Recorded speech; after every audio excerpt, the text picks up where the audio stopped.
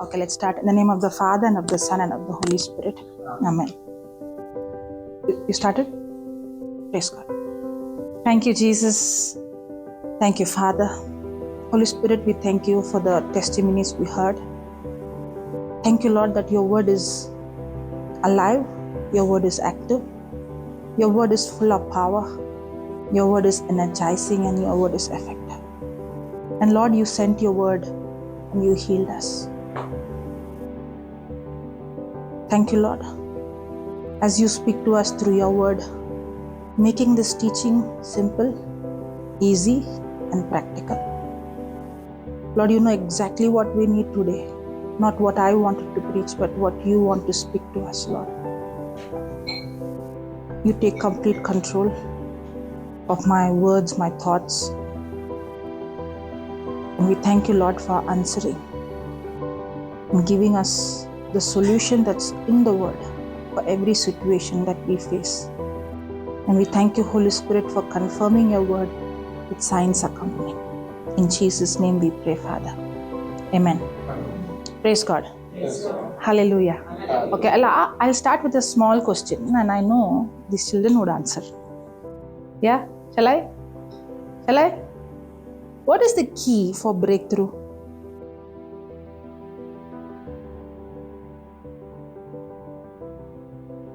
Dash is the key for breakthrough.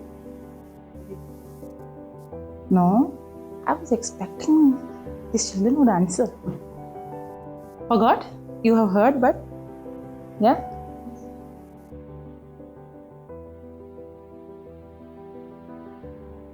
She's not looking at my face. Anybody else? What is the key for breakthrough? Where is Sister Sunita now? You're hiding? Sister Sunita, you know? Hey, Mama is going to answer. Where are you? What is the key? Yeah. Loudly. Consistency. Okay. Praise God. Now you remember? Yeah? Really? Which scripture? Praise God. Thank you, Jesus. I'm only testing the children, okay? Because I know some of them are hearing consistently. Okay. What is the key for breakthrough? Consistency is the key for breakthrough. The scripture says, you shall know the truth. John 8. Before that? Continue in my word. Those who many times we think you shall know the truth and the truth will set me free. But the scripture says, when you continue in my word, when you are consistent in the word, only then that truth you know, you understand. You begin to understand the mystery that is hidden in the word. And that truth is what is going to set us free. It's not just knowing the truth. It's being consistent in the word. That's why consistency is the key for breakthrough. For example, a person goes to gym. Okay. And somebody said, okay, you want to build your muscles, you go to gym. And the person goes to gym. So if the person goes once in a week, once in a month, will the person see any change in the physical body? No. So is there something called consistency? Only when the person goes consistently to the gym, not just going to gym, but consistently working, only then that brings what? Result.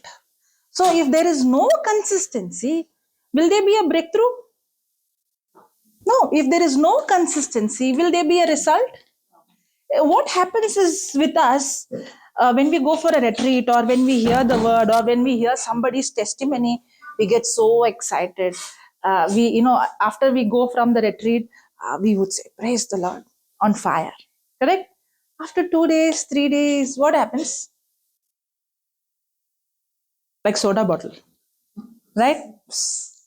And then we think, why am I not able to be consistent? You must be learning on for me to see breakthrough in any area of my life. I need what? Consistency. Consistency is the key for breakthrough. But many times we see in our own lives, it is challenging to be consistent. We start with, from today I'm going to get up 6 o'clock in the morning. From today I'm going to at least 1 hour going to pray in tongues. From today I'm going to listen to the teaching. From today I'm going to write notes. From today I'm going to, and we see a kind of excitement that I'm going to bring this kind of change. And then after some time, I see myself slowly going back into my old life. Even sometimes, there is some bad habit I'm addicted to. I make this decision, I'm not going to get into this addiction anymore. I'm not going to allow this anymore. I'm not going to watch this anymore. And I try my best with my own willpower. And I could also see a kind of result, maybe one day or 2 days or 1 week or maximum 1 month. But then slowly I see myself drifting into it. And once I drift, then again I go into condemnation. And then when I go into condemnation, I go into a cycle of sin. I make a commitment. I don't want to live this life like this. And I try my best not to. I try to use my own ability not to do it. And then slowly when the pressure comes, I slowly slip and I commit that or I do that action. And then I go into a guilt. Why did I do it? And then I go into a kind of frustration. It's so difficult to live God's standard. Even though consistency is the key for breakthrough, being consistent is a challenge. Yes, being consistent is a challenge. I understood, yes, only if I am going to be consistent, that is going to bring breakthrough. Consistency is the key for breakthrough. But what is the key to be consistent? Now, this you may not heard before. What I asked earlier, you heard. But can you guess? What can be the key for consistency? Confessing the word all the time. Okay. Okay. For that, I need consistency. Even for that, I need consistency. Yeah, you're right. You're right. But, okay, you're very close. God's help. Praying in Very close. Grace. Yeah, exactly. Grace is the key for consistency. Grace is the key for consistency. Consistency is the key for breakthrough. If you don't understand the word grace, then you will not understand how can grace be the key for consistency. Let me go to a scripture and then let us learn on that. Go to Galatians chapter 5, verse number 4. Galatians 5, verse number 4. You who want to be justified Correct. by the law, You who want to be justified by the law, have cut yourself off from Christ. you have cut yourself off from Christ. Then You have fallen away from grace. you are fallen away from Christ, from grace. Some translation says, Christ has no effect on me, for whosoever is justified by the law, you are fallen from grace. Anyone who wants to be justified by the law, you have cut yourself away from Christ. Is it a bit confusing? Okay, now, yeah. So if you are with the law, you are cut away from Christ. Yes. Try to be If you Justified by if you try to justify by the law, you are cut away from Christ. Now you both understood what is law, okay? But not everybody. I see a crowd of mix. Some people who know what is the works of law, but some people are very new. Okay, for their sake, I have to go slow. Praise God. Hallelujah. Being justified by the law means I have right standing with God based on how I live. Now, for example, the law says you shall not kill, you shall not steal, you shall not commit adultery, you shall honor your parents. This is what the law says. The 10 commandments is the summary of 600 plus laws. Correct? So, when I say because I kept these laws, because from childhood I've been following the commandments, I shall not steal, I shall not kill, because I kept all these laws, now I am justified in God's eyes, means I have right standing with God based on how good I lived. But why do you think God gave the law of Moses? The Bible says law came through Moses, but grace and truth came through Christ, Jesus. Why did God give the law of Moses? Why did God give the law of Moses? Somebody is trying to, you're going to write, I thought you're searching the answer.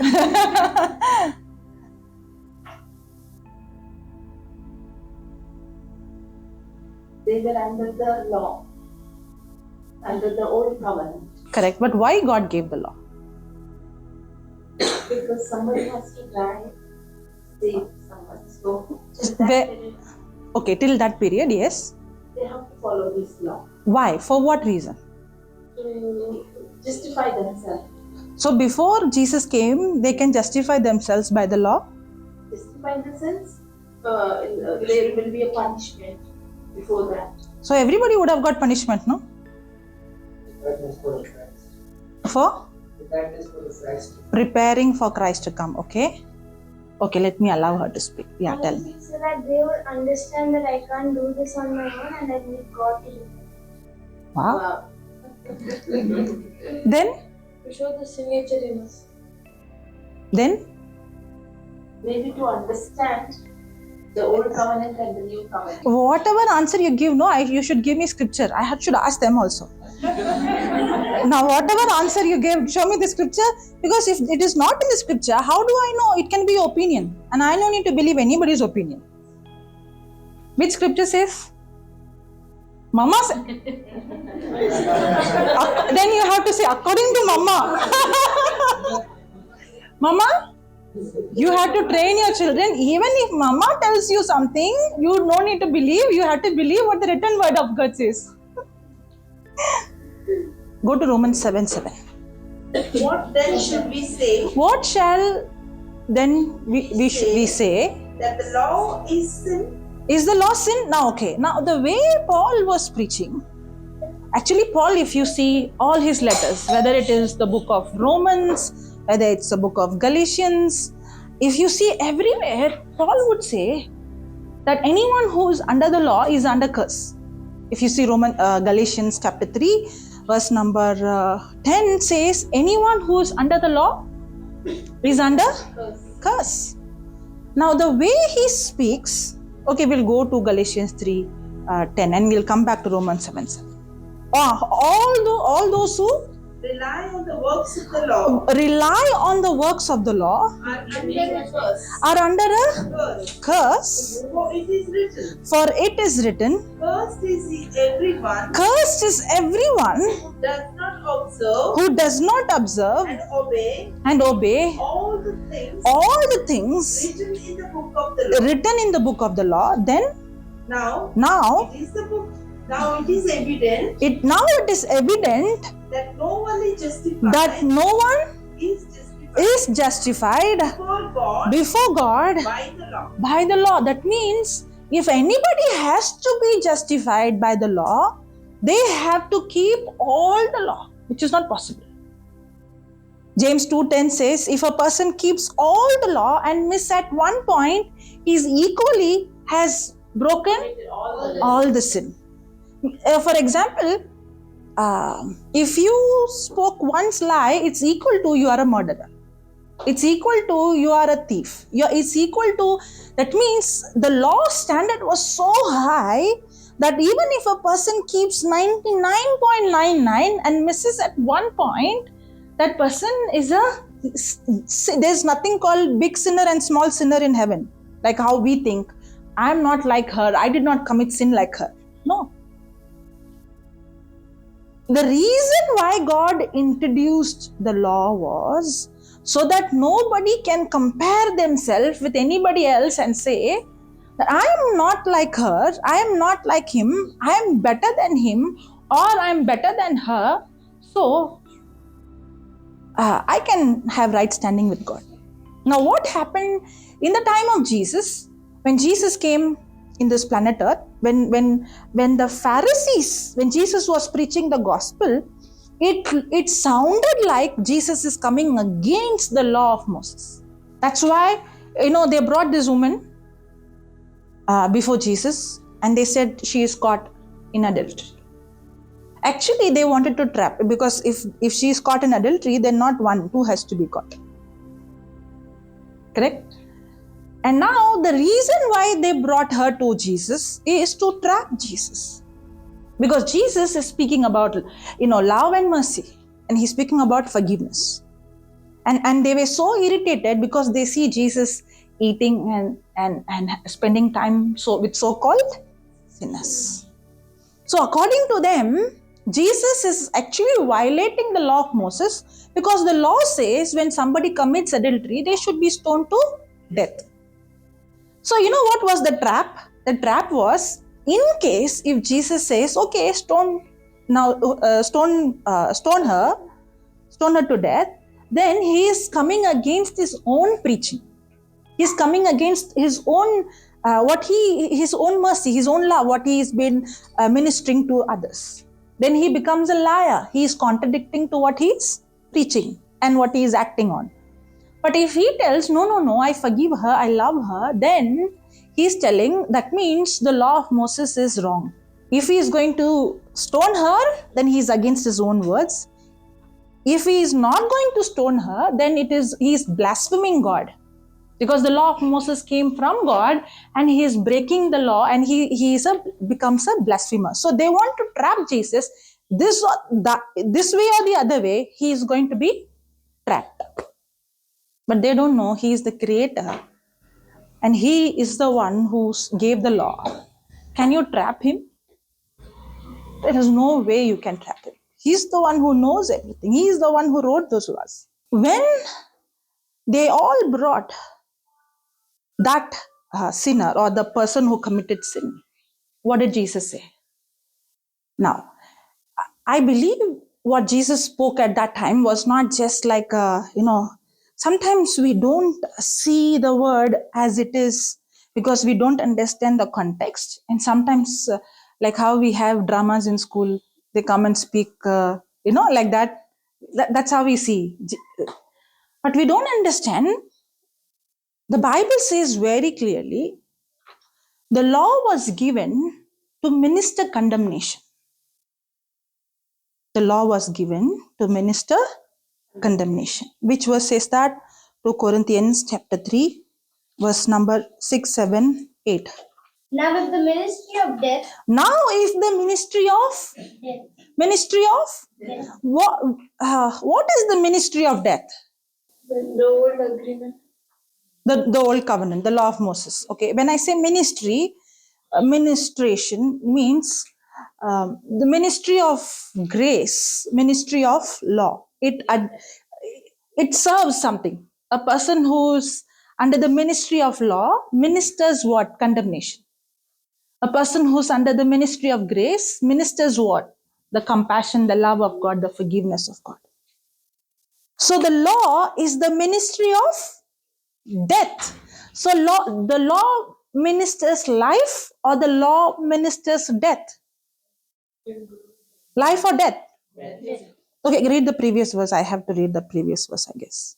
Who has made us sufficient. Who had made us sufficient To be ministers of a new covenant. to be ministers of? New We are ministers of the old covenant or new covenant? New covenant. Not of the letter. Not of the letter. The letter is what? The law of Moses. Not of the letter, But of the spirit. but of the spirit. For the letter kills. For the letter But the kills, spirit gives life. but the spirit gives life. So there are two covenants. One is the old covenant and one is the new covenant. The old covenant is the covenant of the Moses, the law of Moses. The new covenant is the covenant of grace. The old covenant, which is of letter, actually kills. It doesn't give life. If the law of Moses could give life, then why should the new covenant come? Why should Jesus come? Why should the Holy Spirit come? The law would be enough for us to live a holy life, correct? If the law of Moses, the 10 commandments or the 613 laws, which God gave through Moses, was enough for us to live holy and be justified in God's eyes as holy, then there is no use of God, of the Holy Spirit coming. I don't need the blood of Jesus. The law of Moses would be for me enough for me to qualify. But actually, the old covenant, the law of Moses, was ministering what? Death. The letter kills, but the Spirit gives life. Yeah, now continue. Now, if the ministry of death Now, if the ministry of death carved in letters on carved in, so the law of Moses, which was carved in stone, was ministry of death. Yes. came with such glory that the Israelites could not gaze at Moses' face because of its glory, which was being brought to an end. Which was brought to an And which was the law which was written on the stone was brought to an is it really brought to an end, or we're still living under the law? It's brought to an it was only until the new covenant came into establishment.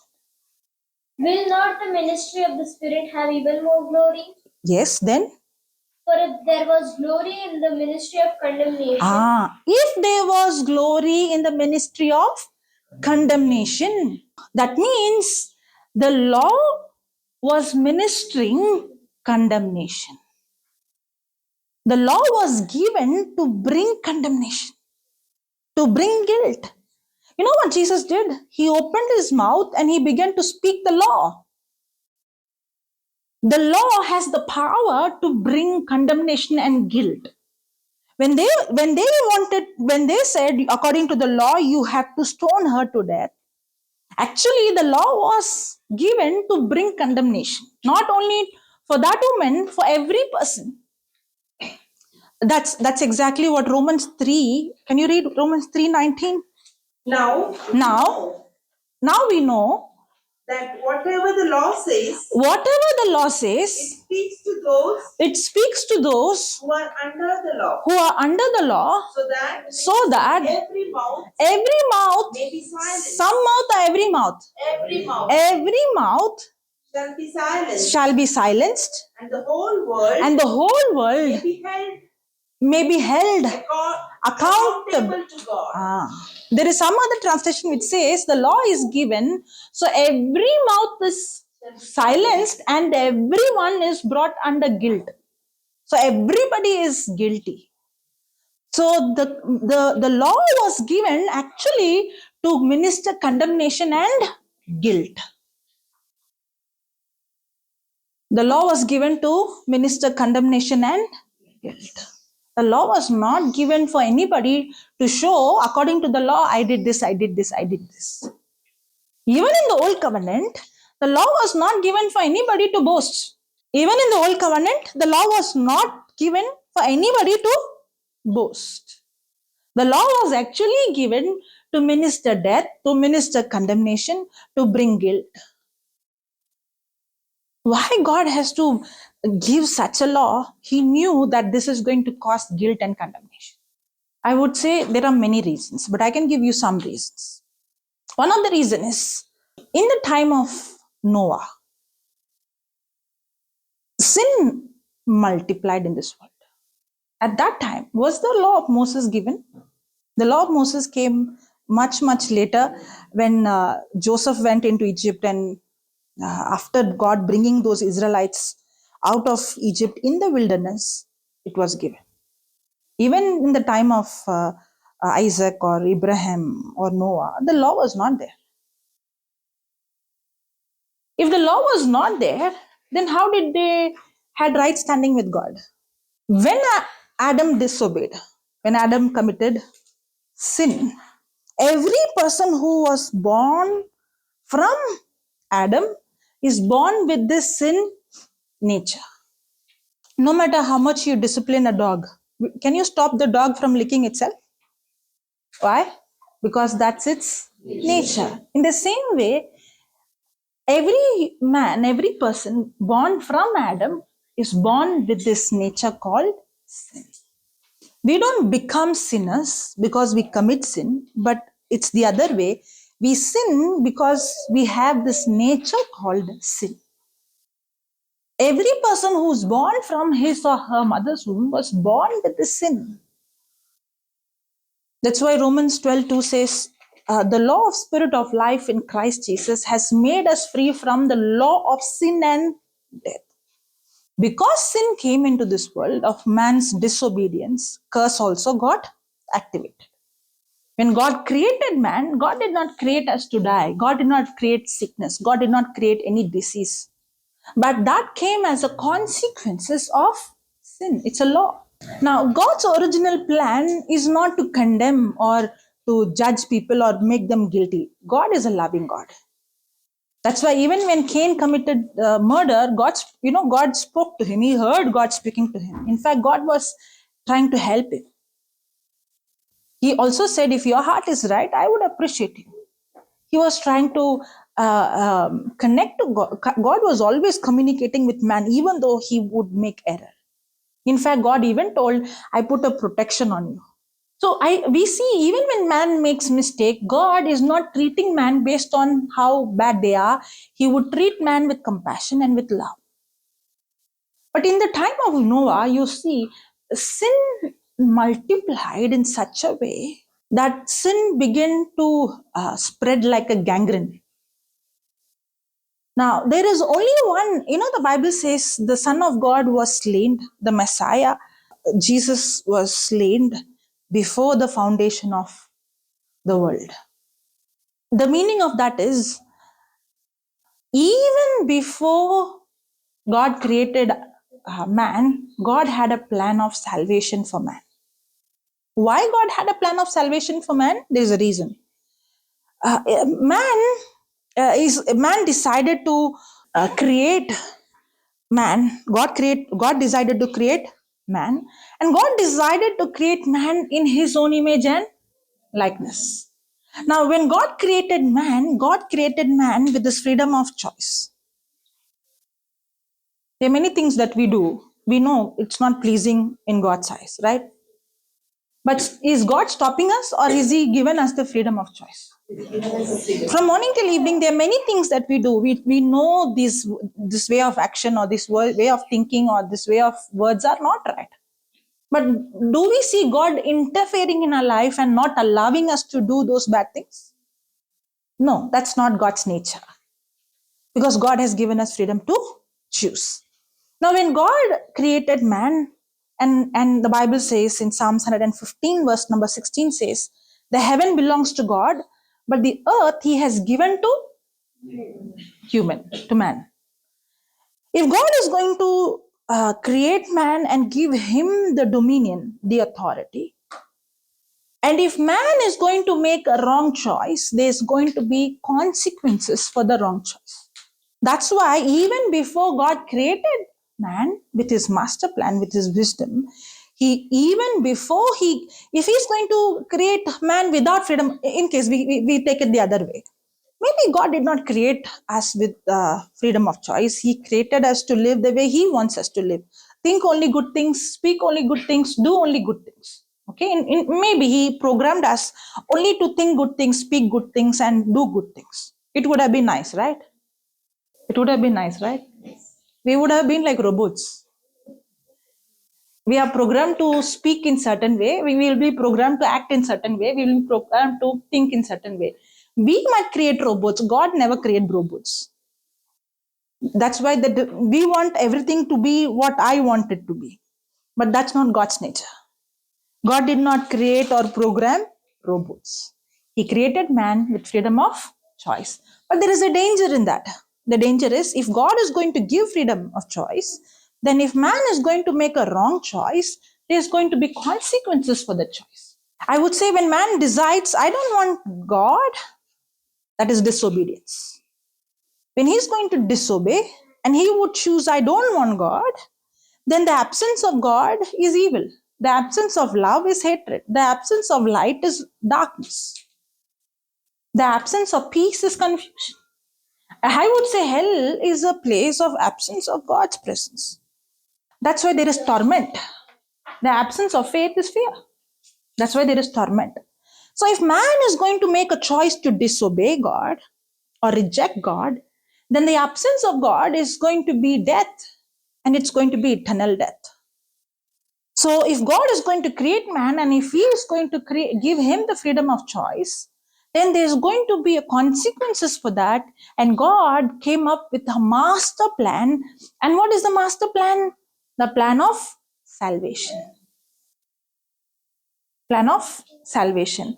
That means even before God created us, he already saw himself dying for us. So that even the plan of salvation is a plan, even if man disobeys or even if man falls, even if he makes sin, there is still a way to escape from it. And he made it so very easy. I can't even imagine it speaks about God's love for us. Because it's not a small price. The plan of salvation speaks about God is ready to take the consequences of every mistake that we do. He saw himself naked. He saw himself rejected. He saw himself ashamed, put to shame. He saw himself losing everything on the cross. And he saw this, and in other way, God chose to love you even before you came into existence. We think God loves me based on whether I'm living good or based on how good I am or how bad I am. But no, his love for me is not based on any of my action. His love for me is unconditional, but he won't force. Now God has a plan, and the plan is the plan of salvation. And the plan of salvation is to redeem the entire human race. To rescue and redeem the entire human race. But the plan of salvation cannot manifest in this world without man's cooperation. That's why when Jesus prayed when he was in this earth, what did he pray? Our Father in heaven, hallowed be thy name, your kingdom come. That means his kingdom is not established in this earth. Many times we think the things happening in this world, God is responsible. Whether it's bad or good, we think God is responsible. But if God was responsible, why should Jesus say, your kingdom come? Because it is not his kingdom. God gave man the power, but man gave the power to the enemy, and now the enemy is ruling the world through man. But okay, I'll put it this way.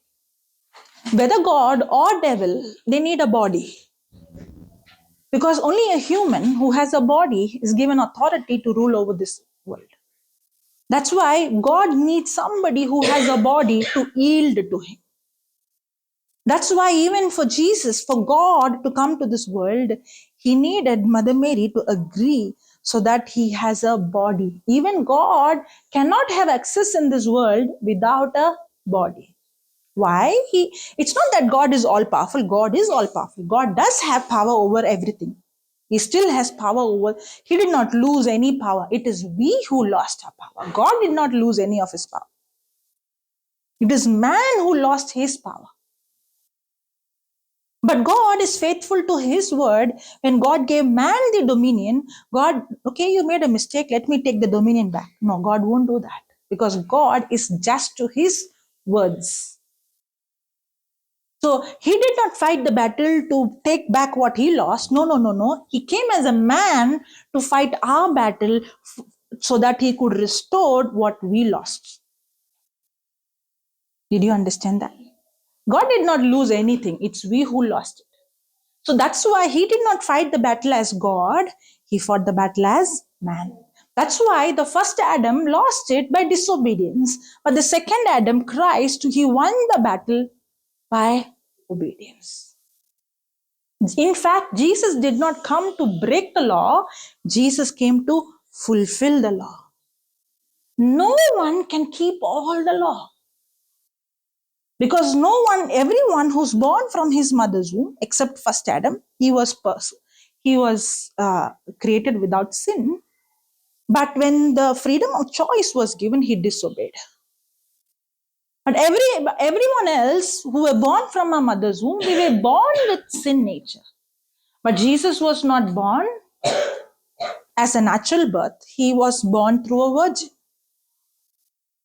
Mother Mary received the word, and the word became flesh. Now Jesus who's born without sin nature, he's just like the first Adam. He was tempted in all the ways like Adam and everybody else was tempted, but he won the battle by obedience. Now, the reason why, I'll come back to Noah's time. Sin multiplied in such a way that it was like a gangrene. It looked like the plan of salvation would never manifest. Because if for the plan to fulfill, man had to agree with God. If Mother Mary would have said no, then Messiah could have not able to come at that time. He should wait for somebody else to say yes. Without man, and that too, the person should be a virgin. Without man's cooperation, it's not, Mother Mary played a big role. But before that, if you see, there were prophets like David and Isaiah and Jeremiah. They all had to speak. That's why the Bible says, as it was written. David spoke about what happened on the cross. Isaiah spoke about what happened on the cross. That means everything that has to be manifested in the physical, it has to be spoken first. Now, for example, if God has to create light, then God has to say, let there be light.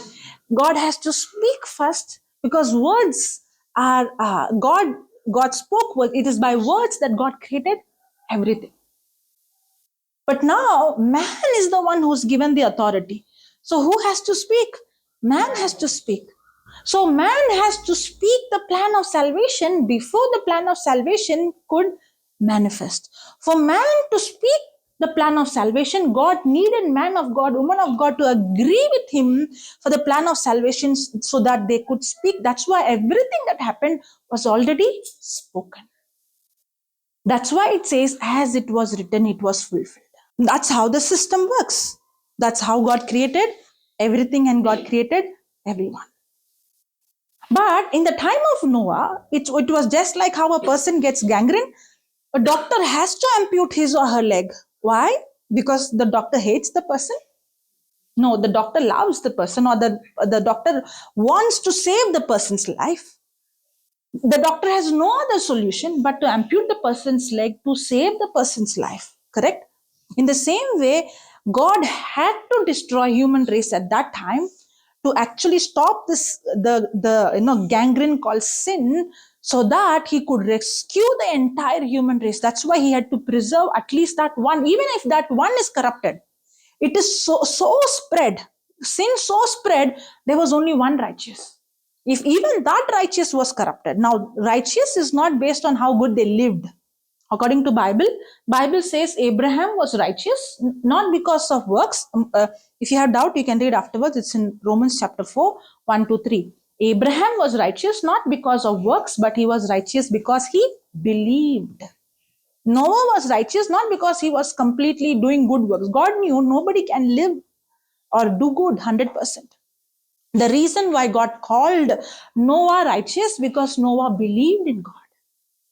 So when I believe in God, I'm going to agree with what he has promised, and I'm going to speak what he has promised.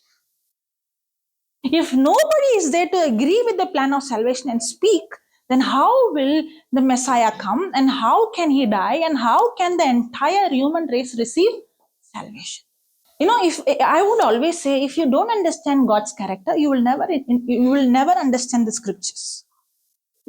When I got touched in the beginning, I was so confused. I felt the Old Testament God is so angry God who punishes, and the New Testament God is full of mercy, because the Bible says Jesus is representing the Father. If I want to know the Father, I see Jesus. But when I see the Old Covenant, he's an angry God. He punishes people. But then if I understand God's character, if I understand God's nature, if I understand His personality, only then I will be able to understand the scripture, whether it's Old Testament or New Testament. Because God is not a God who just has love, God is love. It's like a doctor amputing the leg. God had to wipe out so that He could stop that sin to spread like a gangrene. Now, why do you think God had to give the law? In fact, the law was not given to the whole world, it was given to the Israelites. It was very specific. But the reason why God gave the law to the Israelites is because God had a covenant with Abraham, and the Bible says the covenant He had with him was the covenant of the Messiah. That means, again, He wanted someone to agree with Him so that the plan of salvation could be fulfilled. And who is the one who was ready to agree with Him and walk in faith? Abraham. So God had to preserve the lineage of Abraham or the Israelites so the Messiah could come through them. It is not to save only the Israelites, it is to save the whole world. So God had to preserve the lineage. That's why He gave the law. But the law is not for people to have forever. There is a reason why He gave the law. I'll give an example so you understand. There was a small child, and the mama is there. This is a real incident would happen. And the child, there was a socket. The child every time want to see what is inside the hole. Children are curious, right? Yes. The child would go and try to put the finger inside. And mama, every time no, don't touch. Don't touch. Suddenly, this fellow puts the switch on and then tries to put in. Ayyo. Now, what do you think the mama's reaction would be? This time, slowly, she will say, Puta, Baba, or she will give one.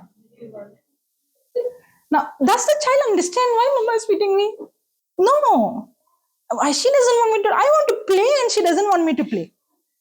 Mama doesn't like when I'm playing. But actually, that beating is not to harm the child. That is to actually protect the child. But is the child in the condition to understand? No. That's exactly why the law was given. The law was given so that if you murder, you will be dead. If you commit adultery, you will be stoned to death. Now, what is the cause for me to not commit adultery? Fear. Because the law is very, very strict. So what is the law doing? The law is putting fear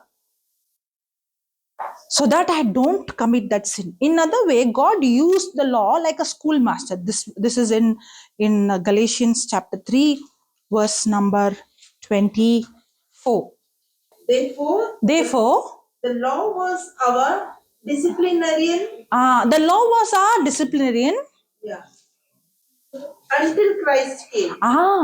The law was our disciplinarian until some translation says schoolmaster. Guardian. Okay. Schoolmaster. Correct? The law was our schoolmaster, a disciplinarian until Christ came. But is the law for us or only until Christ came? But what do? We are still in the law. Are we still under the law? Many times. Okay, somebody asked me this question. You are saying that anybody who's under the law is under curse. Why a person under the law is under curses? The law was not given to anybody to prove they are right. The law was given to show them that they have sinned, and the law was given to discipline them. In Noah's time, what happened is they did not have any kind of guilty consciousness or they did not have any guilt. So the law was given to bring condemnation. We saw the law was given to bring condemnation. Why condemnation? It's not, to show them that there is sin inside. If the law was not there, then it would have been like the Noah time that I can do whatever I want. There is nothing called sin. If they think there is nothing called sin, then they will not cry for mercy. In fact, man needs forgiveness. Man needs Christ. Man needs Messiah. But how can God show them mercy if they themselves think they are right? So the law was given if, for example, in India, which is not there, but I'm giving an example. There is no law for, if for every act, crime, there is according to this act, according to this section, right? The law says that you have to be punished or this many years or this much fine. Maybe there is no law for theft. It's another way, it's legal, right? I can go and rob anything I want. It's legal. It's not wrong. I can take anything I like. I can pick it up and go. Nobody is going to question me because it is legal. In the same way, sin was already there when Adam disobeyed. But man did not have the sense that he is wrong. Man did not have the sin consciousness that he is a sinner. Man, only when he has sin consciousness, he will repent, right? He will think, oh, I'm wrong. Now what to do? So the law was given, which was not God's original plan, which came later. The law was given to show man that you are wrong. That's why the law is ministry of condemnation. That's why the law ministers guilt. That's why the law ministers condemnation. And another thing what we saw in Galatians 3:24, the law was like a disciplinarian. It was like a school master. Until Christ came. So the law was actually did not deal, when there is a tree, if you don't kill the root, what will happen? And you are only cutting the branch, what will happen? Again and again it will grow. In fact, it might even grow thicker and stronger. Correct?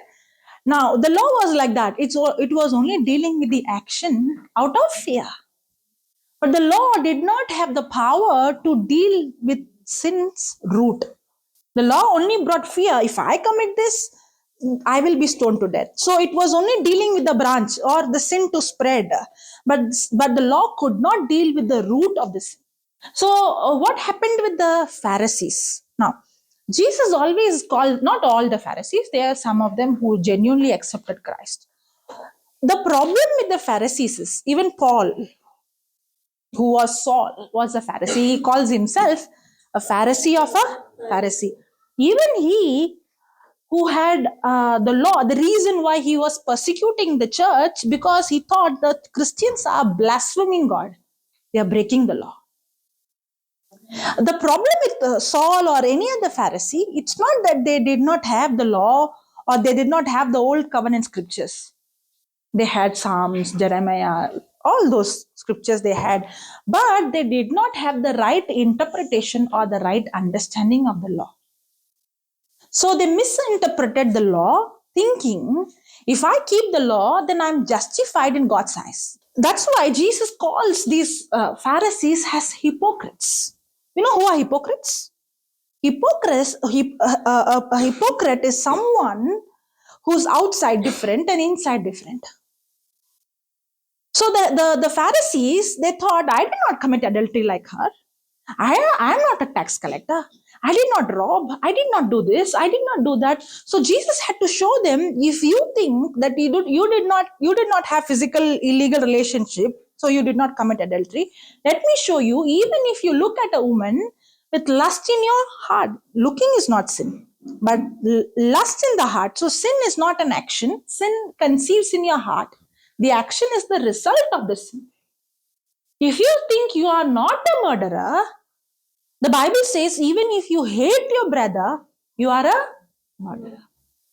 So Jesus had to show them, you think that you are justified by the law, you are justified by the action what you do. Let me show you, your heart is corrupted. You are a hypocrite because your heart is not clean, your action is clean. You're a hypocrite. How can the root be evil and the fruit be good? How can you be evil inside and how can you produce good fruits outside? That's why they did not have the right understanding of the law and they misinterpreted the law and they thought that they are good and they are holy, and these prostitutes and the woman who they caught in adultery, the tax collector, they thought they are sinners, but I am right. That's why Paul is saying, anyone who tries to justify by the law, the first scripture we saw, Christ is no effect in anyone who's justified by the law. You are fallen from grace. Now, I'll come back to that question that girl asked. So this girl asked me, you're talking about those who come to church and those who are under the law. What about those who are not under the law? Because the scripture says those who are justified by the law is under a curse, or those who are justified by the law is cut off from Christ, is fallen from grace. Then I told no. For example, a person is saying, I'm a person who's always feeding the poor. Maybe I have a rehab or an orphanage where I take care of the destitute, take care of children, and I do so many good works. Now, the Bible says there is not one who is righteous. Bible very clearly says everyone has committed sin. And the Bible says that the wrath of God, the book of Romans chapter 1 speaks about it, the wrath of God is revealed to everyone. Means everybody has this sin conscious in them. Because the law of Moses was given only for the Israelites. What about the other people? God revealed the wrath of God, or sin is wrong, to that's why even a non-Christian or a non-Catholic know when they murder, it's wrong. When they rob, they know it's wrong. How do they know? They did not have the law of Moses, because God had put it in their heart. So every human being know wrong when they do wrong.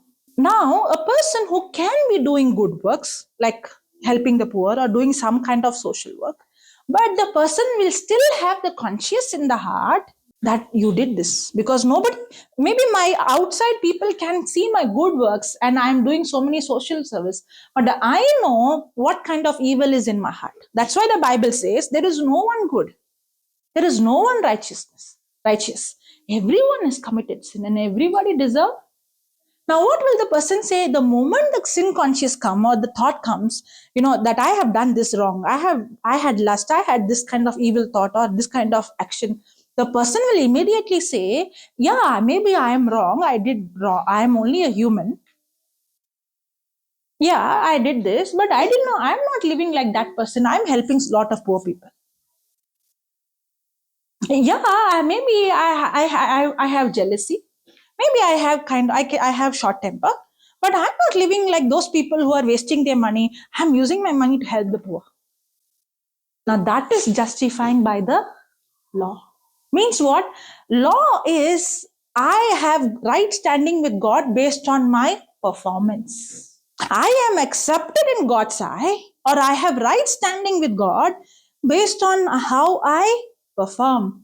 When I say I am accepted in God's eye based on what I perform, I am a good person, I'm not a bad person, then I say I don't need the forgiveness or the blood of Jesus. That's why it was easy for those who were called sinners, like the prostitute or like the tax collector, those who were rejected by the world as sinners, and they, like the woman, Samaritan woman, they realized that they were sinner. And they came to a point, Lord, I need forgiveness.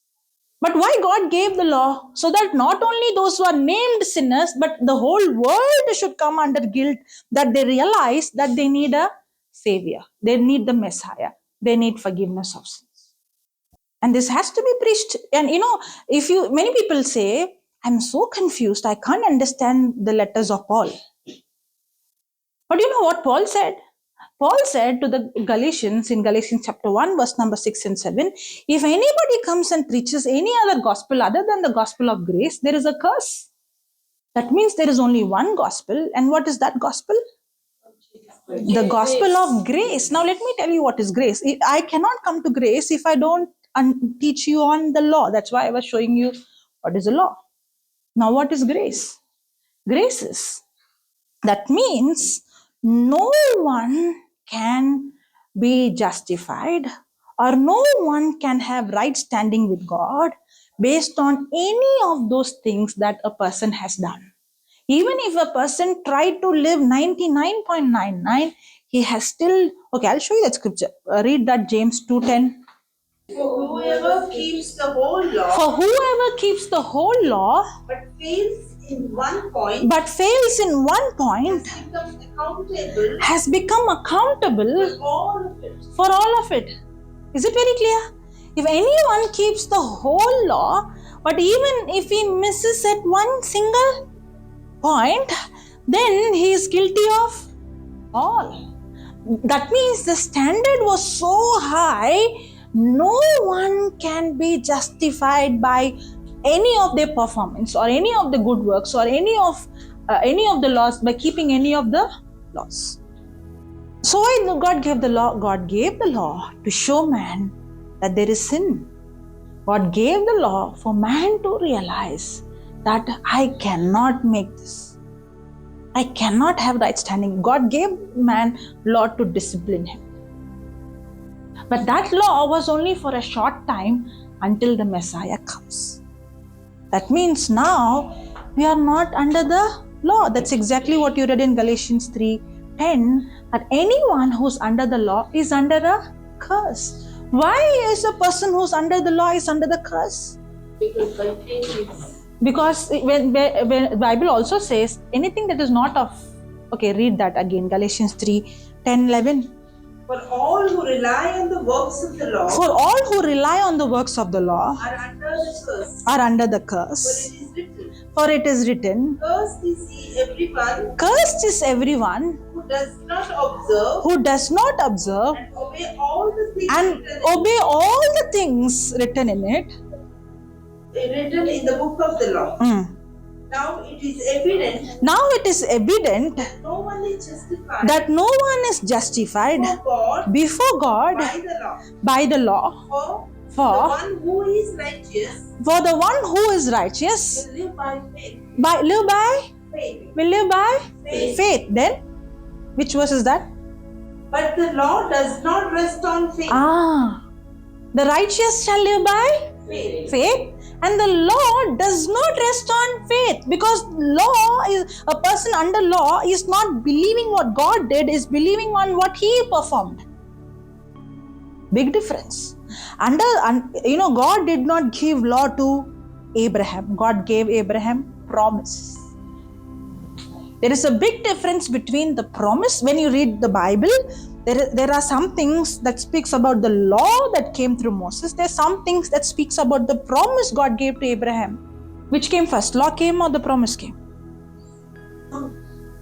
Which came first? Law came or promise? Promise. The promise speaks about God's grace, or it speaks about the wrath of God, the punishment of grace. So which came first? Law came first or grace came first? Grace came first. Now, what is the difference between the law and the promise? Whenever there is a promise, the promise speaks about not what I have to do, it speaks about what God has done for me. Now, everything I speak, I'll prove to you from the scripture. Same chapter, read the 16th verse. Now The promises were made to Abraham was made to Abraham and to his offspring. and to his offsprings. It does not say It does not say and offsprings as of many, or as of many. but It says and to your offspring, or your offspring, that is only one person, that is Christ. That is to one person. Who is Christ? Who is Christ? Is it clear? So the promise God made to Abraham is actually speaking about the promise of grace that the Messiah coming. That means people will not receive salvation through what they do, but the salvation comes through grace by believing in what God has done for them. So which came first? Okay, read the next verse. My point is this. Paul is saying, this is my point. My point is this. The law Came which came 400 years. 430 years later. Now, which came first? Promise came. What promise? Of the Messiah, of grace, came first to Abraham. Then after Abraham, Isaac, Jacob, Joseph and all, Moses, and then 430 years later, what came? The law came. So this is the point Paul is making, that the promise was given first and the law came later. Read that, sister, 17th verse. My point is this. My point is this. The law which came 430 years later. The law which came 430 years later does not annul a covenant previously ratified by God. Is it very clear? So first came promise or first came the law? Promise. Now the promise which God gave Abraham, whenever you see the word promise, it doesn't speak about what I have to perform. You shall not do this, you shall not do this, you shall not do this. No. Nor it speaks about you have to do this. The promise speaks about what God has done, which I don't deserve. And all that I have to do is believe. It's very clearly given in Romans. Okay, we'll go there. The reason I don't want to take too many scriptures, but I want to show you that everything what I'm saying is there in the scripture. Romans chapter 4, verse number 1, 2, and 3. What then shall we say? What then we shall say Was gained by Abraham. Was gained by Abraham, Our forefather. Our forefather, According to the flesh. according to the flesh. What is your translation saying? Same. Okay, then. For if Abraham was justified by works. If Abraham was justified by? Works. Some translation says if Abraham was justified by the law, if Abraham was justified by works, he has something to boast. He had something to boast. He would have said, I kept the commandment, I went to the synagogue, I did this, I confessed. So many things he could have said, right? But he had nothing to boast now. Then? But not before God. Not before God. For what does the scripture say? For what does the scripture say? Abraham believed God. Abraham believed God. Did he keep the law or did he believe God? Believed God. He believed God. And it was counted to him as righteousness. And it was counted to him as righteousness. So was he righteous based on the good works he did, or was he righteous because he believed in what God promised him? So whenever there is a promise, the promise speaks about my focus on what he did. Whenever there is law, my focus is on what I did. In fact, you'll end up in pride, like the Pharisees, that I did this. That was not what was the reason why God gave the law. The Lord gave the law so that I come to my realization that I need forgiveness, I need Messiah, I need a Savior. That means no one can come before God with any of good works that they do. That's why the gospel is actually speaks about grace. The gospel is the grace of God. The gospel is good news. Okay, now let's go to Ephesians chapter 2, verse number 8. For by grace. For by grace or law? Grace. Grace or law? Grace. Grace. For by grace You have been saved. you have been saved through faith. So grace speaks about what I perform, or grace speaks about what Jesus performed for me. Grace doesn't speak about what I have to do. Grace speaks about what Jesus has done for me. What is faith? Faith is not believing in what I did. Faith is believing in what Jesus did. Faith in the grace. That's why it's by grace, through faith, are we saved. And this is not your own And this is not your own doing. It is the gift of God. It is the gift of God. So grace is not what I do. Grace is what He has done for me. But the Bible also says the grace of God has appeared to all men. It is not only for some people, it is for everyone. But why not everyone is seeing? Because not everyone has put their faith in what He has done for us. And my faith is believing in what I do, or my faith is believing in what He has done for me. My faith is believing in what He has done for me. I every time preach on grace. Every time, if you go and hear any of my teaching, whether I start or end, somewhere the other grace. And if you ask me, why grace? Because my life transformed, understanding grace. Many times there is a wrong perception, or there is a wrong understanding of grace. They think grace, people say grace, and they say I have nothing to do. It's not what I do, so I can live my life however I want. It sounds like grace is a license to live a sinful life. But actually, no. If anybody is saying I'm living under grace and they are living in sin, then I would say that person is a liar. There is no way that you really live in sin and you continue to live in sin, because grace is not the license to sin. Grace is the empowerment for us to overcome sin.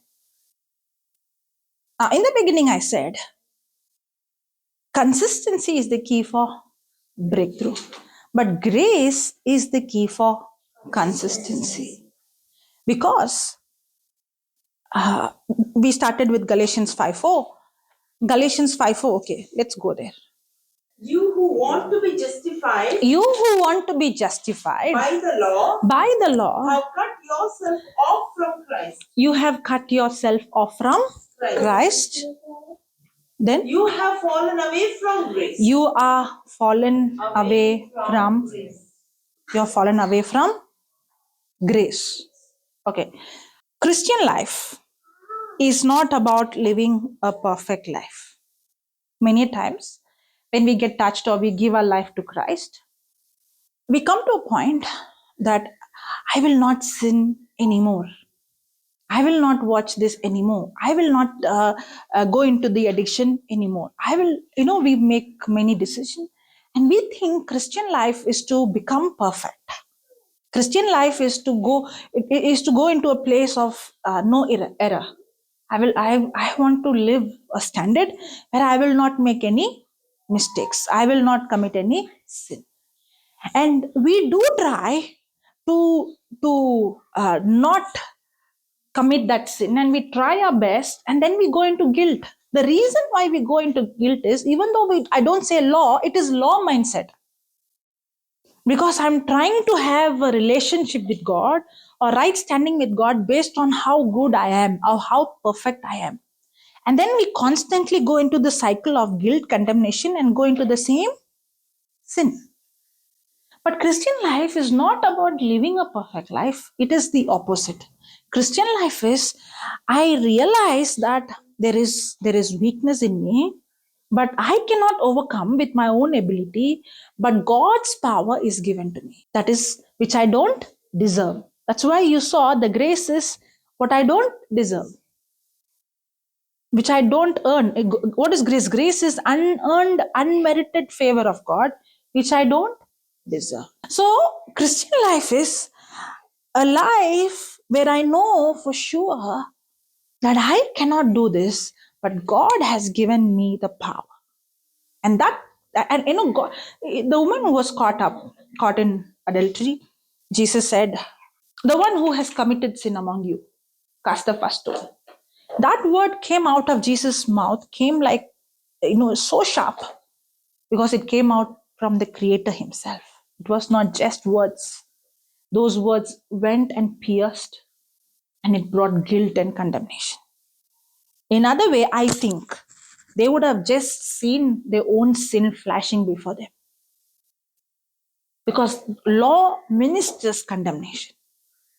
They would have seen how bad they are in the eyes of God.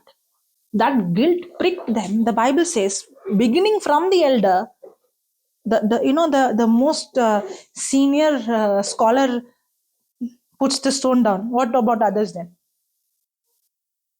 They all left. They all left. And Jesus said, nor do I condemn her. But he is the only one who had every authority to condemn her. Why? Because he's the one who has never committed any sin. And he has the power to stone her. According to the law, he had to stone her. But you know why he said, I'm not going to stone you? Because I'm going to take the consequences of your sin on myself. Because according to the law, sin has to be punished. If a judge would say, it's okay, I allow him go, then he's not a just judge. Sin has to be punished. If Jesus has to tell her, nor will I condemn you, that means he's saying, I'm going to pay the price for you. Now, did he say, you go and repent and live a holy life, then I will forgive you? That's what we think. We think when my actions are right, then God will accept me. But it is the other way.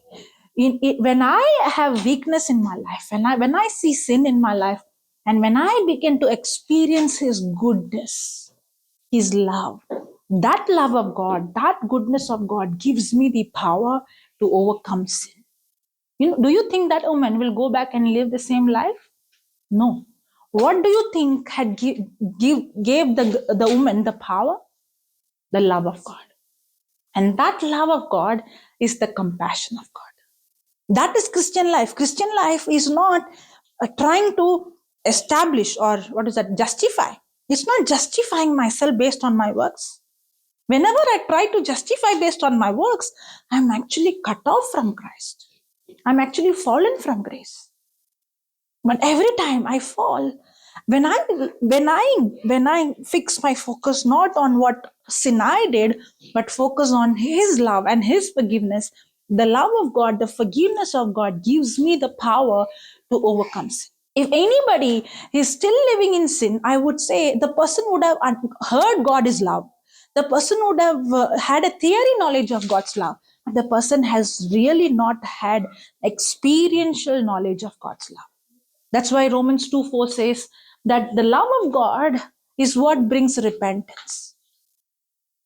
The real repentance comes is, now in the law, a person doesn't commit sin out of fear. But in the new covenant, a person comes out of sin because of experiencing God's love. What really brought repentance and change in that woman's life is she experienced the unconditional love of God, and that is the grace of God. Because grace is which is given to me freely, which I don't deserve. So Christian life is constantly not focusing on what I do, but focusing on what He has done for me. This example is in that CD, the old CD.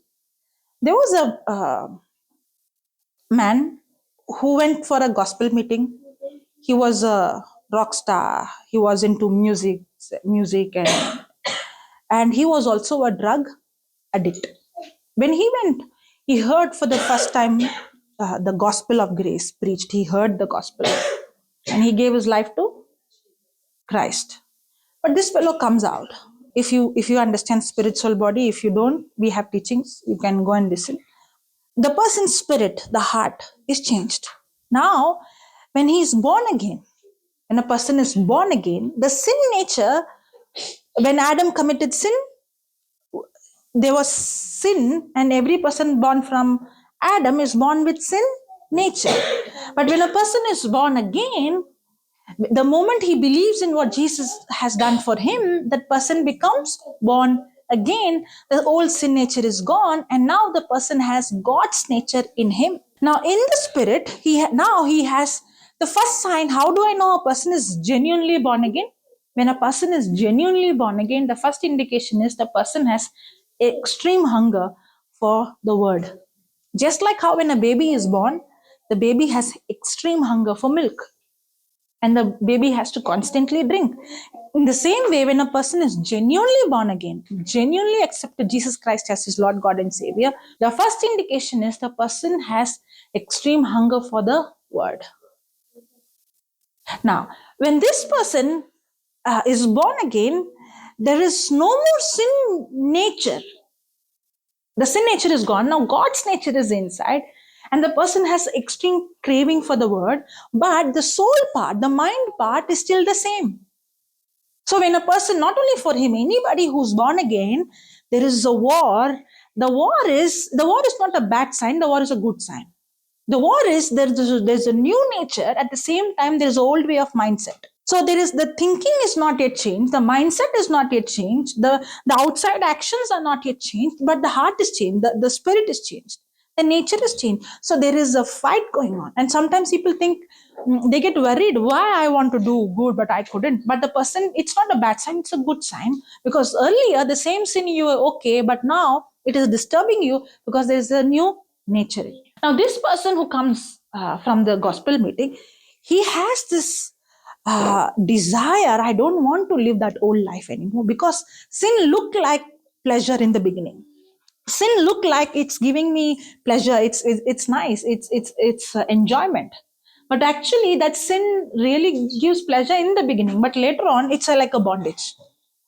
Sin robs our health, sin robs our relationships, sin robs money, sin robs everything. Sin is not cheap. Sin is very, very expensive. It's a big price for it. And a person who is addicted to any sin, that sin is going to rule the person, where the person genuinely want to come out, but that person has no power to come out. Now, this person who's born again, who's touched, genuinely has the heart, and now the new nature, he genuinely has this nature. I don't want to live my old life, but he also is physically addicted, where he has withdrawals. If he goes to stop, he is going to have all kind of symptoms. There is no other way. I have to take the drugs to control. I have seen with my physical eyes, when a person stop taking drugs, when they're very extreme, they even can break hard wood into, they become like an animal. It's not easy to break an addiction and come out. What this person does, he takes this drug, he actually begin to take the drugs even after he comes, because he couldn't control. And taking the drugs, after he would study the word. Now somebody would say, how can he do that? You should leave your sin, only then God will accept you. But we fail to realize that God knew that I and you cannot overcome sin without his help. If I don't spend time with the word, if I don't hear the word, if I don't speak the word, that's why the Bible says, think on these things which are pure, which are holy, which are honorable, which are of praise. If I don't spend time with the word of God, the promise of God is the grace of God. The promise doesn't speak about what I have to do. The promise speaks about what God has done for me. And that promise of God already has the power in it, which I don't have. And the power of God, the grace of God, is going to help me to overcome my sin and my weakness. So this person takes the drug and he continues in the word day and night, day and night. And after a few weeks, he was surprised that he didn't even realize that he did not even crave, nor he took. In other way, he did not leave the drugs left him. Now can he say, I came out of drugs? No. In fact, you and I can come out of our addiction, our bad habits completely without our own effort, and we know, and I know, I don't have the desire anymore. In fact, what used to be pleasure is actually for me now, it is irritating, or I don't have the desire, I don't have the liking anymore. It's not I am trying to overcome it. The grace of God has set me free. Now, am I justified by the law? No. But there is a condition. If the person is constantly going to spend time in, there is 3 gateway for a heart: our eyes, our ears, and our mouth. If I'm going to continuously see something junk and hear something junk and speak something junk, will that junk give me power to overcome sin? No. So I'm not trying to do anything to stop it, but now it's like there is a bucket of dirty water. I'm not trying to remove the dirt from the bucket, but rather I'm flushing inside good water, clean water. As the clean water gets in, that dirt is flushed out. That's what grace does. That's what Jesus did to the Samaritan woman and so-called sinner. Zacchaeus was on the top of the tree. And did Jesus say, you tax collector, come down? You have been robbing from the poor. You've been eating poor people's food. This is thus says the law. Did he speak the law to him? Or did he say, I'm coming to your house to eat food with you? Now what happened? When he experienced the presence of Jesus, the love of Jesus, that love of Jesus is what set him free. The love of Jesus is the power of God. When you spend time with his word, God's word is God himself. God's word is God's spirit himself. It is when a person begins to spend time with the word, it's just like how Zacchaeus was spending time with Jesus, experiencing his love. When you and I begin to experience love, that love of God is the power of God, is the grace of God, which I don't earn, which I don't deserve, is what sets me free from sin. Consistency is the key for breakthrough. But how can I be consistent?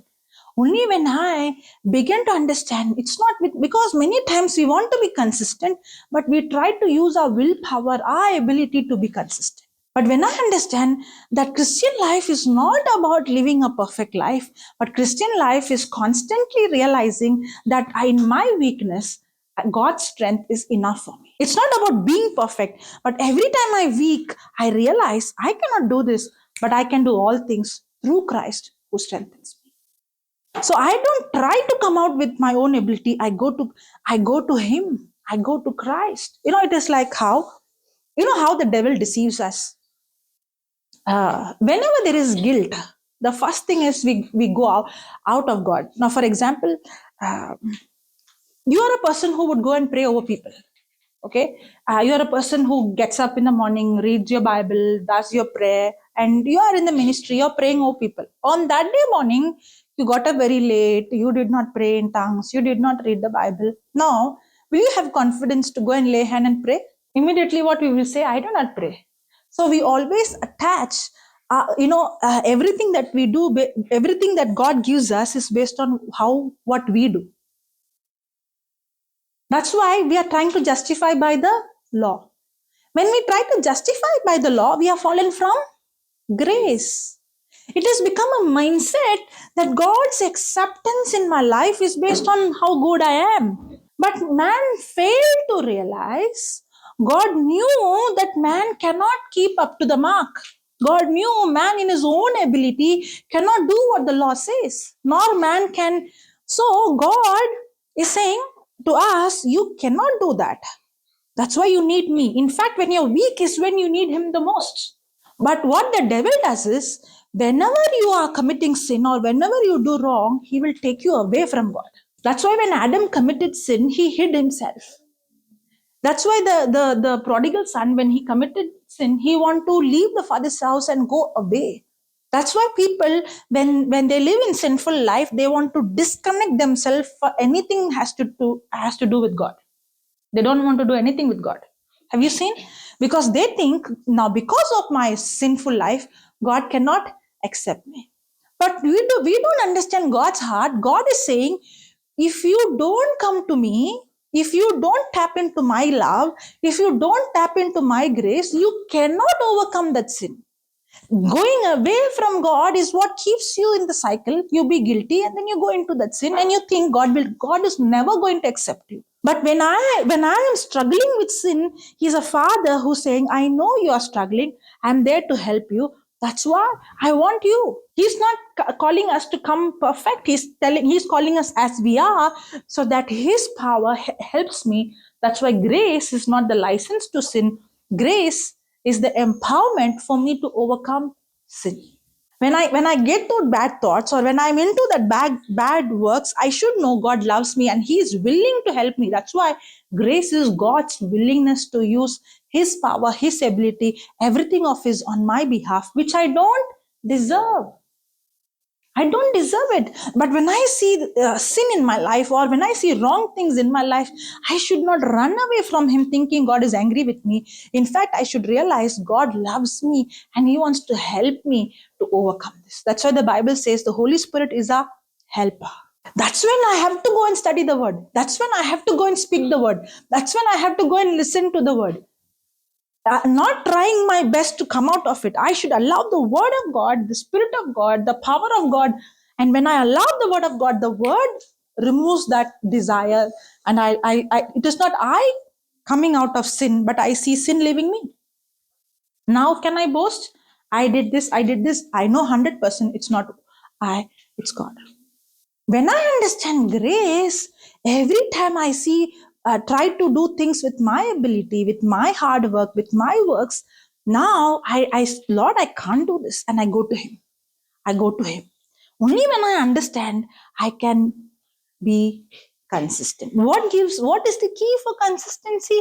Grace is the key for consistency. What is the key for grace?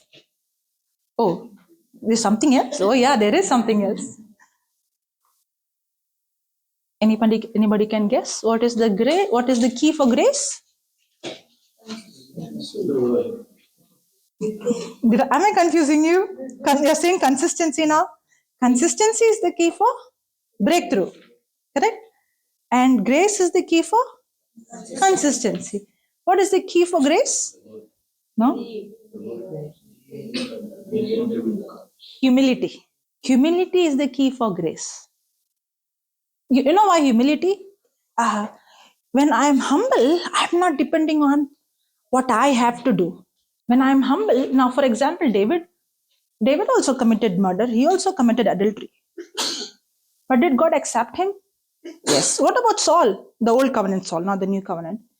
It looked like David's sin was bigger than Saul's sin. But Saul was rejected to be king, but David was. The difference for us is outside we see big sin, small sin. But God looks at the heart. Saul had a heart where he didn't humble himself. That means till the end, he thought he's right.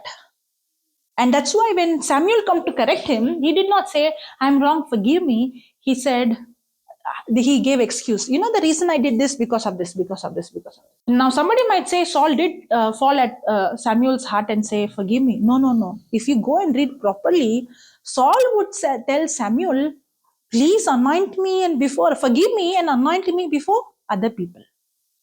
He was so scared that people would not accept him because Samuel is a prophet. So Saul action was right, or he was trying to show his action was right, but he was not humble.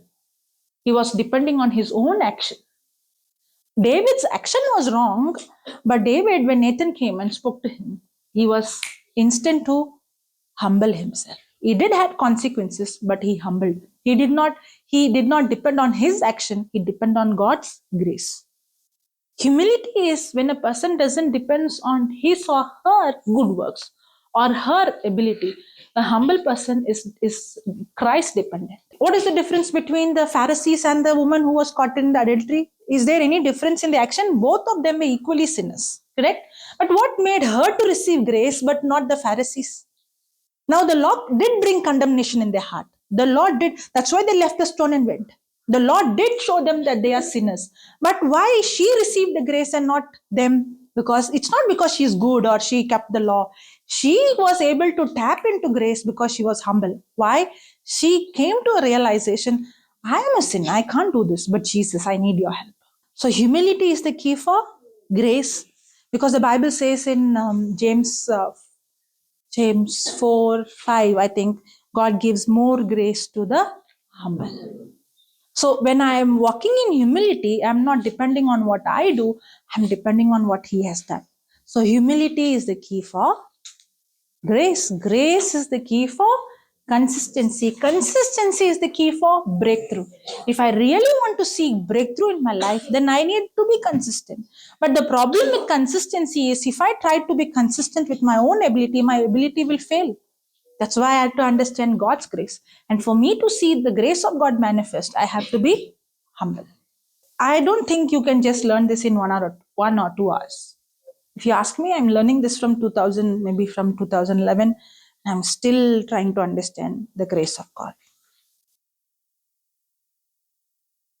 And once you begin to understand His grace, you will begin to see not only breakthrough, you will see your life supernatural. Because when I see the blind eyes opening, when I see the deaf ears opening, when I see the dead raised, I know for sure it's not me.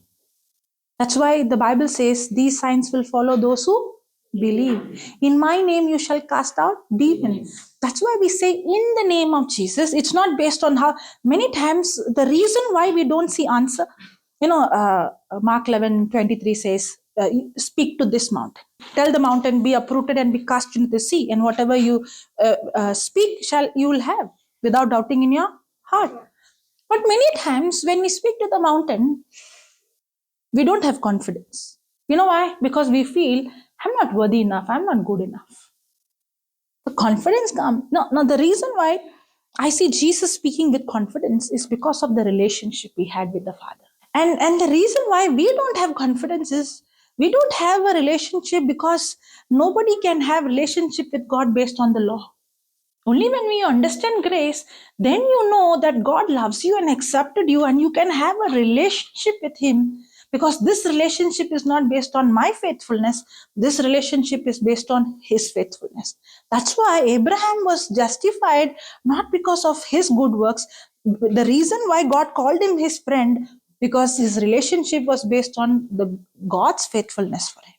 Now when I speak to the mountain, I know that mountain has to obey, because I'm not speaking on based on what I did. I'm speaking in the name of Jesus. And when I speak to the mountain in the name of Jesus, it's not because of anything it is not because of anything I did, or I did not credit it, I did not earn it. It's given to me freely. And that mountain has to obey. That confidence comes to use my authority only when I have this right relationship with God based on grace. That's why Christ has become no effect. We don't see the power of God. We don't see the glory of God. We don't see miracles happening. The reason is we attach miracles and signs and wonders based on how we perform. But when you begin to understand the grace of God, we know everything that we see is because of what He did. The confidence doesn't come based on my action. The confidence comes based on His action. Before we close, anybody has any physical pain? You have? If you have, you can stand wherever you are. Allergy, okay. Anybody else? You have allergy? Allergy of? Skin allergy, okay. Can you stand? My daughter is also suffering with skin allergy. Oh, so many skin allergy, okay. Anybody else? Okay. Do you have any itching now? Yes. You feel itching? Yeah, okay. Anybody else with skin allergy? Irritation, itching? Anybody? Okay, close your eyes. Close your eyes. And I want you to see Jesus, close your eyes, and see Jesus on the cross. Let her be. Let her sleep. Let her sleep. Sleep. And see that Jesus has taken your sickness on the cross 2000 years ago. He has taken your allergy 2000 years ago. And right now, every curse is destroyed. Because Galatians 3:13 says, Christ has redeemed you from the curse of the law by becoming a curse in your place. In the name of Jesus, I speak to the spirit of allergy. I speak to this skin disease. I command you right now, be uprooted from the root and be cast into the sea. I command every spirit of infirmity, every sickness, leave her body now. Come out. Out now. In Jesus' name. And right now I speak life of Jesus to flow into your skin. Right now, life of Jesus is flowing into your skin. And I command, wherever the person is, Lord, just like how the centurion came to you, you just spoke the word, and the servant far away got healed as I'm speaking. The daughter, wherever she is, right now your healing power is flowing into her skin. Life of Jesus is flowing into your skin now. Life of Jesus is flowing into your skin right now. That's God's healing power flowing into you right now. That's God's healing power flowing into you right now. Recreating your skin. Your skin is completely healed. In Jesus' name, amen. Praise God. Now that irritation is gone. You don't feel. Praise God. It's gone. And your daughter is healed. The skin is healed. You had any pain? Back pain? Now bend and see. This is a lump. Okay, come. Somebody stand behind her. Give your hand. Thank you, Father. In the name of Jesus, I speak to you, you spirit of infirmity, you sickness, you lump, right now be uprooted from the root. Come out. Out. Be uprooted from the root right now and leave her body now in Jesus' name. That's God's healing power flowing into you now. That's God's healing power flowing into you now. God's creative power That's God's creative power. Recreating. It's okay. Yeah, that's God's creative power. Recreating your body. Recreating every cell, every tissue in your body right now.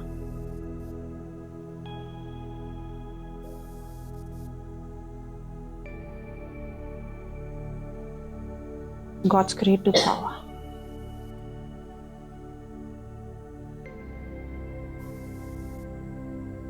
That's God's fire on you. God's fire on you.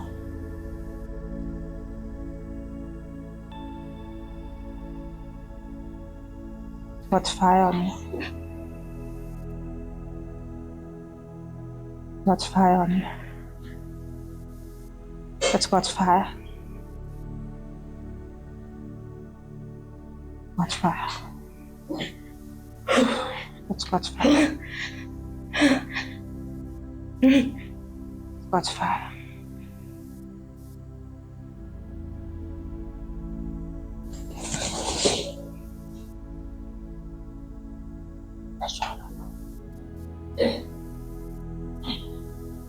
Praise God. Hallelujah. Hallelujah. Thank you, Jesus. Thank you, Jesus. Anybody else? Let the operation take place. Praise God. I speak complete healing, complete deliverance. Be set free now. In the name of Jesus, I command every spirit of infirmity, every spirit of fear, leave her now. Come out. Out. Come out. Now. In Jesus' name. I speak complete healing and complete restoration. You are set free. You are healed. You are completely restored. In Jesus' name. Amen. Praise God.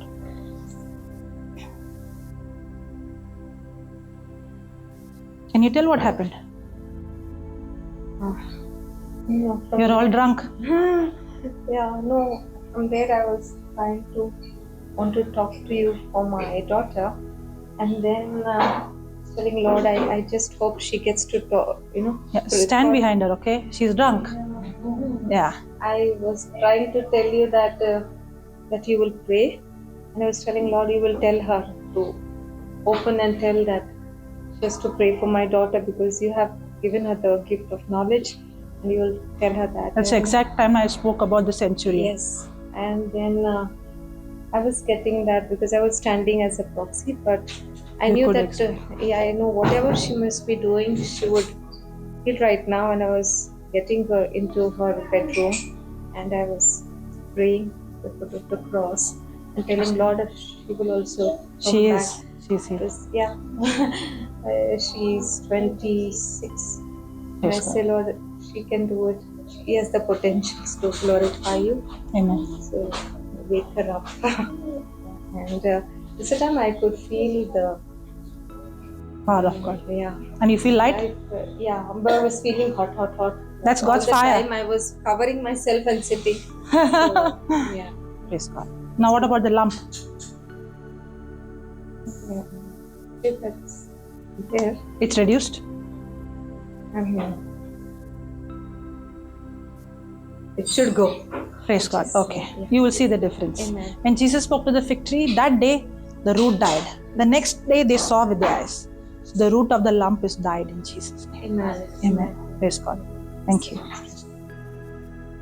Praise God. Thank you, Jesus. Hallelujah. Thank you, Father. Okay, let's close our eyes. Father, we thank you. We praise you, Lord. You're so good.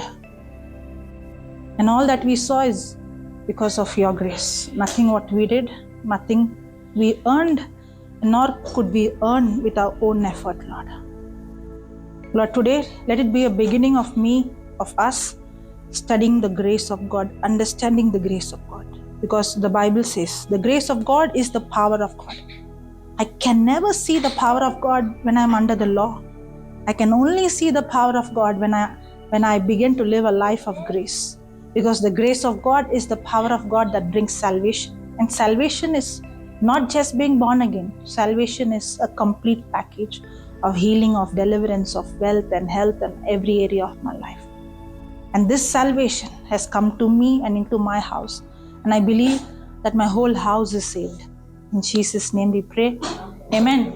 Let's give the Lord a big hand. Praise God. Thank you, Jesus.